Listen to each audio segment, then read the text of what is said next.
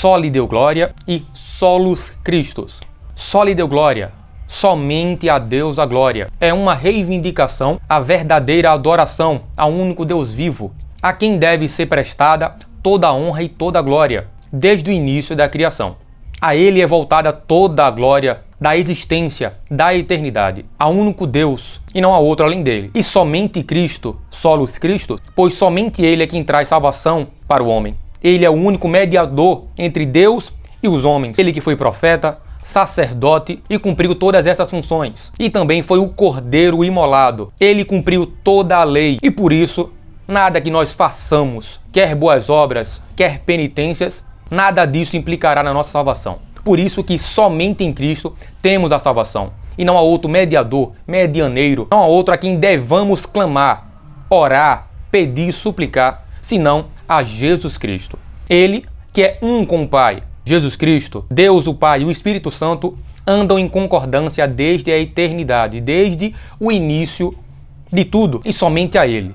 Mas criatura nenhuma, por mais boa que fosse, por mais virtuosa que for, não deve ser reverenciada. Somente a Cristo, toda a glória, ao único Deus, verdadeiro e santo.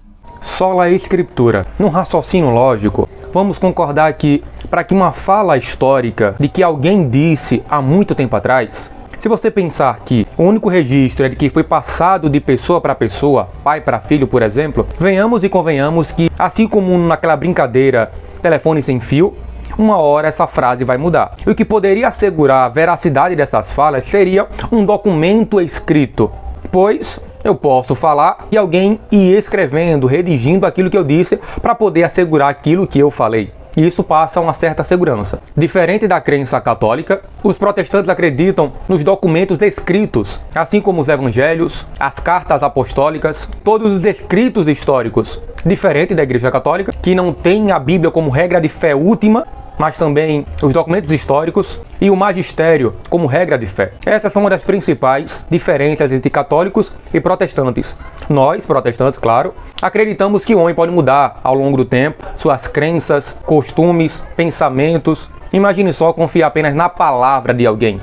Por mais verdadeira que ela seja, uma hora ela pode mudar. E isso nós vimos com padres, papas, monges ao longo dos tempos que mudaram o seu posicionamento.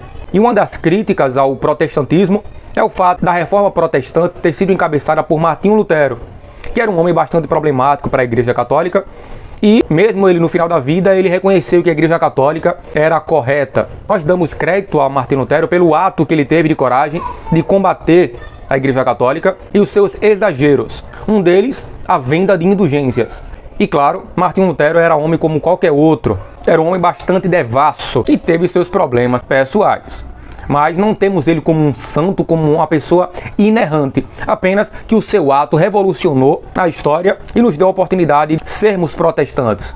Temos hoje a chance de podermos contestar aquilo que alguém fala à luz da Bíblia, à luz das palavras, à luz dos textos históricos, se aquilo que a pessoa fala é verdade ou não.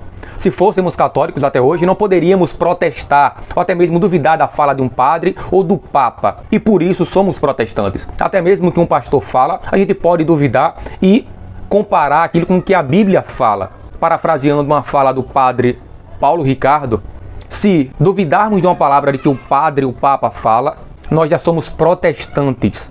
Ou seja, a gente não pode duvidar daquilo que ele fala, já que a Igreja Católica tem a verdade, a Igreja de Jesus Cristo, a Igreja que Jesus fundou. Claro que a gente não acredita nisso. Então, esses são um dos principais pontos, que é o sola Escritura, que nos difere da Igreja Católica. Uma outra diferença entre católicos e protestantes é o sola fide, um outro ponto levantado por Martinho Lutero na Reforma Protestante. O católico acredita que precisa cumprir todos os sacramentos da Igreja Católica para que alcance a salvação. Já o protestante crê que as obras são consequências da minha fé.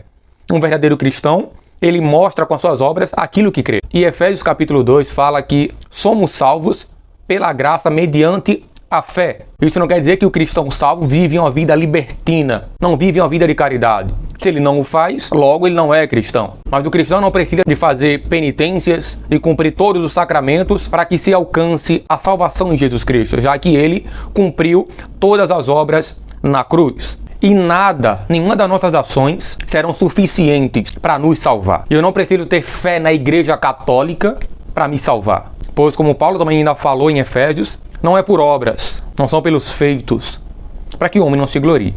Pela graça sois salvos, mediante a fé. Não vem de obras, para que ninguém se glorie. É dom de Deus. O sola gratia é mais um dos 5 pontos dos 5 solas. E foi mais um dos contrapontos que Martinho Lutero levantou contra a Igreja Católica, a respeito das indulgências e das boas obras para com os pobres, para que se alcançasse a salvação. E concordando com o segundo ponto que eu falei no vídeo anterior, do sola fide, as obras devem ser uma consequência da fé do cristão, pois ele faz boas obras porque crê que é salvo, e não faz boas obras para ser salvo. E as obras de fé devem ser algo constante na vida do cristão, mas isso não lhe dá a salvação, pois somente a fé em Cristo e pela graça, que é o favor imerecido, ou seja, aquilo que nós não merecemos, é que somos salvos.